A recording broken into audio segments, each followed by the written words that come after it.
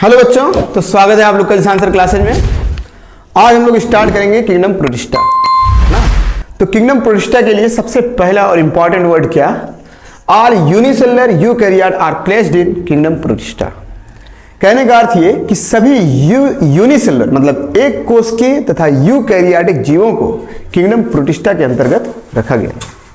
तो kingdom protista के अंतर्गत क्राइसोफाइट, डायनोफ्लैजिलेट, यूग्लिनोइड, स्लिम मोल्ड और प्रोटोजोआ आते हैं। ये वर्ड एग्जाम में आया हुआ है कि किंगडम प्रोटिस्टा के अंतर्गत आते हैं। तो क्राइसोफाइट, डायनोफ्लैजिलेट, यूग्लिनोइड, स्लिम मोल्ड और प्रोटोजोआ ना। इसके बाद दो तीन केस हम बोल रहे हैं वो आपको वर्ड में लिखने होंगे ना, क्योंकि एग्जाम में आता है कि कौन सा कथन प्रोटिस्टा के लिए सत्य है या फिर असत्य है, करेक्ट और इनकरेक्ट स्टेटमेंट ना। तो अगर नहीं लिखे रहेंगे तो होएगा क्या, वो वर्ड उसके बारे में आपको नॉलेज नहीं रहेगा, आप क्वेश्चन गलत कर बैठेंगे ना। तो वर्ड लिखिएगा। केस है इसका प्रोटिस्टा का कि कुछ प्रोटिस्टा ऐसे होते हैं जिसमें सिलिया और फ्लैजिला पाए जाते हैं। हम लोग अभी तक इसमें पांचों में कौन पढ़े हैं, प्रोटोजोआ पढ़े हैं। हम लोग जानते हैं protozoa whip like flagella, hairy like cilia ना। फ्लैजिलेटेड और सिलिएटेड प्रोटोजोआ, तो फ्लैजिलेटेड यूग्लिना और ट्रिपैनोसोमा और सिलिएटेड पैरामीशियम ना। तो उसके बाद हम लोग क्राइसोफाइट, डायनोफ्लैजिलेट, यूग्लिनोइड, स्लिम मोल्ड के बारे में तो पढ़े नहीं है। तो अभी जब इनके बारे में पढ़ेंगे तो वहां पे क्लियर होएगा कि इसमें किसमें फ्लैजिला काइटो पाया जाता है और किस प्रकार से पाया जाता है ना। उसके बाद अगला केस क्या है कि अधिकतर जो प्रोटिस्टा होते हैं वो फोटोसिंथेटिक ऑटोट्रॉप होते हैं, प्रकाश संश्लेषी स्वपोषी होते हैं। अधिकतर, सभी नहीं। अभी पढ़ेंगे हम लोग क्या बताएं, प्रोटोजोआ के प्राणी क्या स्वपोषी होते हैं क्या? स्वपोषी सिर्फ यूग्लिना था, और यूग्लिना स्वपोषी नहीं था, मिक्सोट्रॉपिक था ना, मृतोपजीवी भी था और क्या बोलते हैं उसको, प्रकाश संश्लेषी भी था। तो जब पढ़ेंगे तो देखेंगे आगे ना। उसके बाद क्या कि सामान्यतः प्रोटिस्टा में अलैंगिक जनन पाया जाता है, परंतु दो कोशिकाओं के संलयन से जाइगोट बनने की विधि द्वारा सेक्सुअल रिप्रोडक्शन भी पाया जाता है। सेक्सुअल रिप्रोडक्शन बोले तो लैंगिक जनन।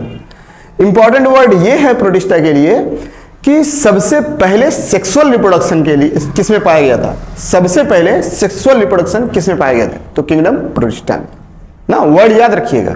इसके पहले हम लोग पढ़े हैं मुनेरा।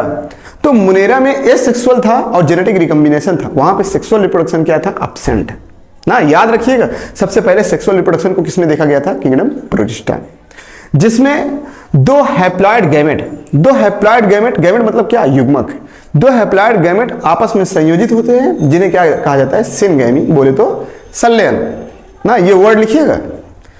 अब हैप्लॉइड से क्या अर्थ है, तो ploidy, the number of sets of chromosome in a cell are called ploidy. तो सेट्स ऑफ क्रोमोसोम के आधार पर जो कोशिकाएं होती हैं वो दो प्रकार के, हैप्लॉइड सेल और डिप्लॉइड सेल, हैप्लॉइड सेल और डिप्लॉइड सेल, समझिएगा। तो जो हैप्लॉइड सेल होते हैं ऐसे ऑर्गेनिज्म जिनकी शरीर की कोशिकाएं हैप्लॉइड सेल होती हैं, अगुणित कोशिकाएं होती हैं। अगुणित कोशिकाएं कैसे किसे कहते हैं, सिंगल सेट्स ऑफ क्रोमोसोम, जिसमें गुणसूत्रों का केवल एक ही सेट पाया जाए उसको हैप्लॉइड सेल कहते हैं। जिसमें टू सेट्स ऑफ क्रोमोसोम, गुणसूत्रों का दो सेट पाया जाए उसे क्या कहते हैं, डिप्लॉइड सेल ना। तो जितने भी अलैंगिक रिप्रोडक्टिव ऑर्गेनिज्म होते हैं, अलैंगिक रिप्रोडक्टिव ऑर्गेनिज्म मतलब ऐसे जीव जिसमें एसेक्सुअल रिप्रोडक्शन पाया जाता है, वो कैसे ऑर्गेनिज्म होते हैं, हैप्लॉइड ऑर्गेनिज्म।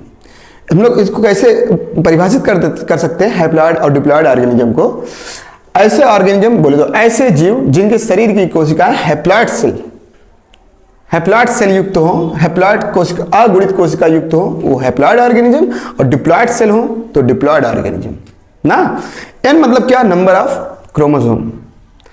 एक तो इंपॉर्टेंट वर्ड ये है 12th के एनसीईआरटी का बहुत इंपॉर्टेंट लाइन कि कोई भी जीव हो XYZ, चाहे वो हैप्लॉइड हो ऑर्गेनिज्म चाहे वो डिप्लॉइड ऑर्गेनिज्म, उनके जैसे हैप्लॉइड ऑर्गेनिज्म है तो उनके सेल कैसे होंगे, हैप्लॉइड।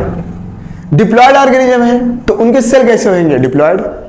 परंतु उनके जो गैमेट होंगे वो हमेशा हैप्लॉइड होंगे, चाहे यूनिसेल, चाहे हैप्लॉइड ऑर्गेनिज्म हो चाहे डिप्लॉइड ऑर्गेनिज्म हो, उनके जो युग्मक होते हैं वो हमेशा हैप्लॉइड होते हैं। याद रखिएगा, गैमेट ऑलवेज हैप्लॉइड, अगुणित, एन ना। जैसे हम हैं, मानव हैं, हमारे शरीर की सभी कोशिकाएं, जैसे example lungs cell, heart cell, kidney cell, liver cell, सब क्या है, सब के सब डिप्लॉइड सेल। परंतु जो गैमेट है वो कैसे होते हैं, हैप्लॉइड। जैसे एग्जांपल हम लोग का क्या, स्पर्म एंड ओवा। अभी हम लोग इस चैप्टर को पढ़ने के बाद ह्यूमन रिप्रोडक्शन पढ़ेंगे, 12th के एनसीईआरटी थोड़ा स्टार्ट करेंगे ना, तो वहां पे हम आपको बहुत डिटेल में पढ़ाएंगे कि किस प्रकार से ये स्पर्म और ओवा फ्यूज होते हैं, फर्टिलाइजेशन में होता है। तो स्पर्म क्या मेल गैमेट, ओवा क्या फीमेल गैमेट, इन दोनों में क्या होएगा, फर्टिलाइजेशन।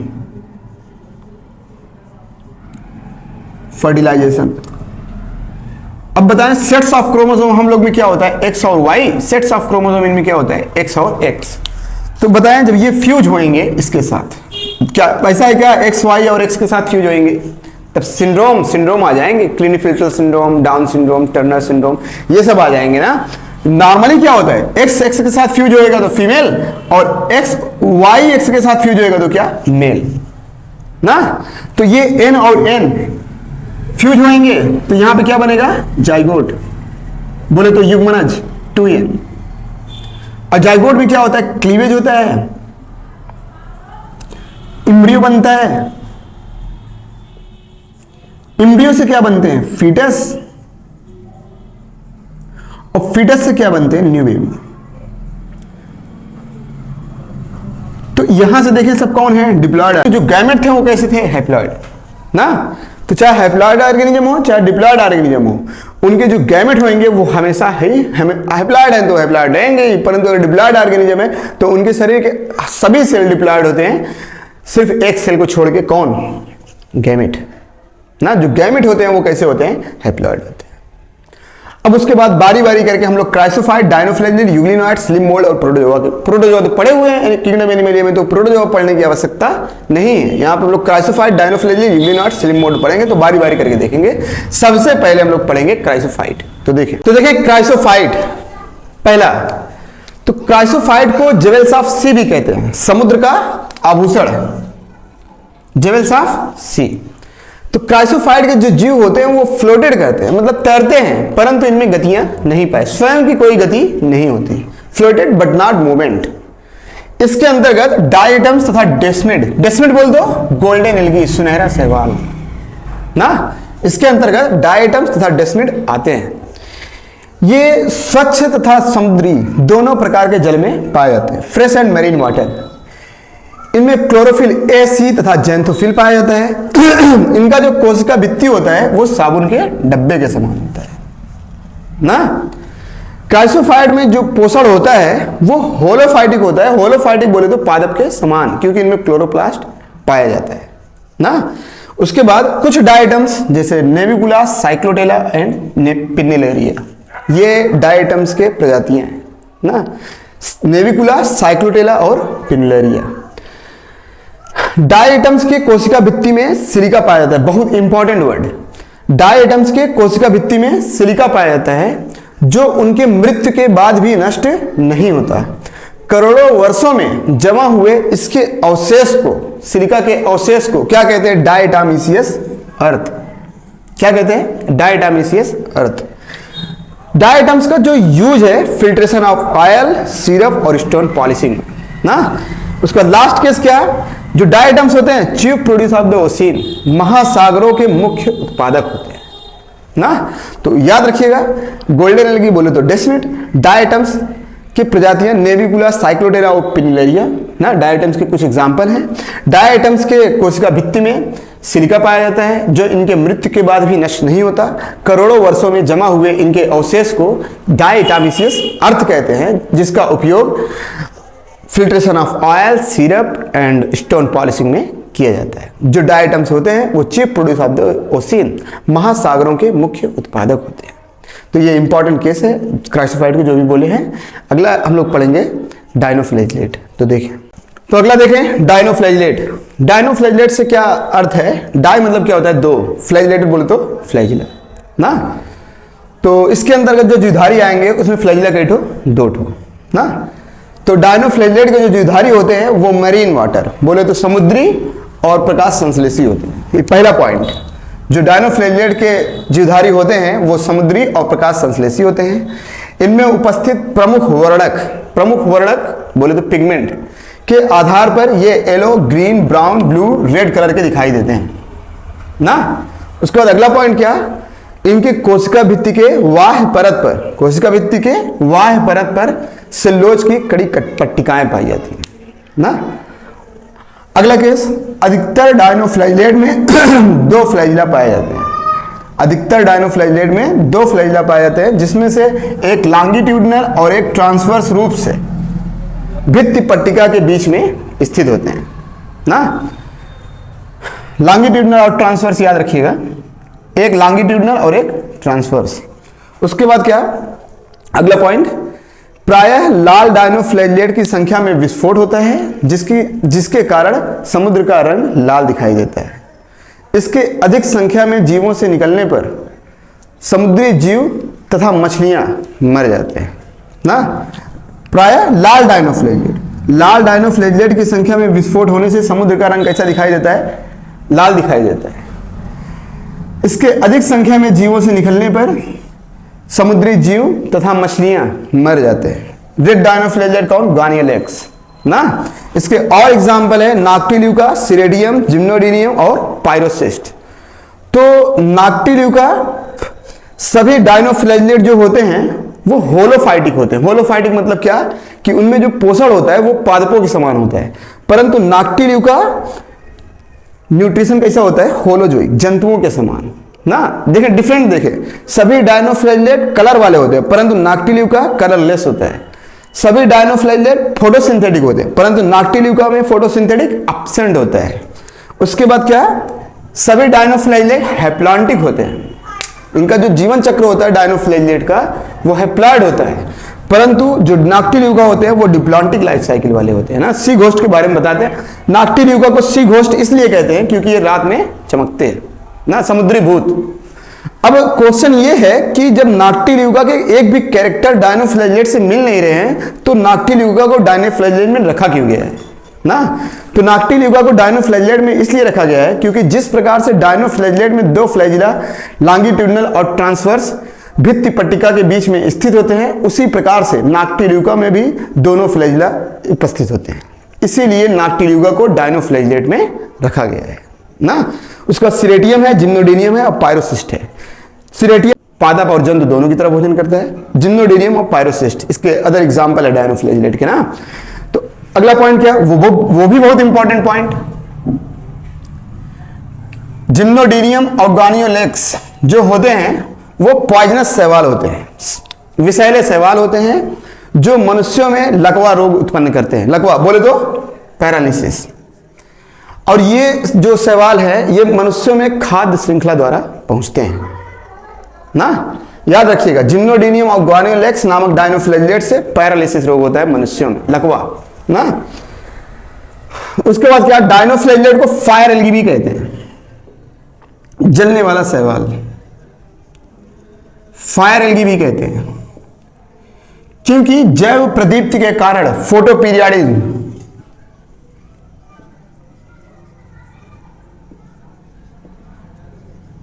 जैव प्रदीप्ति के कारण ये जलते हुए दिखाई देते हैं। जैव प्रदीप्ति के कारण ये जलते हुए दिखाई देते हैं डायनोफ्लैजिलेट। तो यहां पे डायनोफ्लैजिलेट समाप्त। अगला हम लोग देखेंगे युग्लिनॉइड और स्लिम मोल्ड। तो देखें, तो अगला देखें युग्लिनॉइड। युग्लिनॉइड से क्या अर्थ है, युग्लिना ना। तो मेजॉरिटी फ्रेश वाटर ना, ये मुख्य रूप से स्वच्छ जलीय होते हैं ना।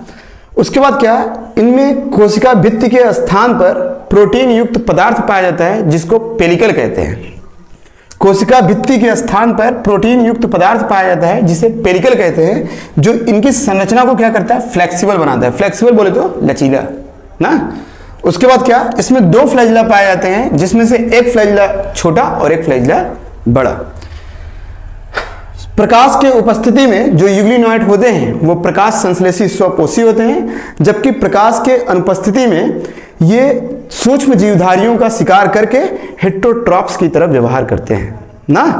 यही कारण है कि युग्लिना को पादप और जंतुओं के बीच की योजक कड़ी कहते हैं ना। एक बार और, प्रकाश के उपस्थिति में ये प्रकाश संश्लेषी होते हैं, जबकि प्रकाश के अनुपस्थिति में ये सूक्ष्म जीवधारियों का शिकार करके हेटेरोट्रॉप्स की तरह व्यवहार करते हैं ना।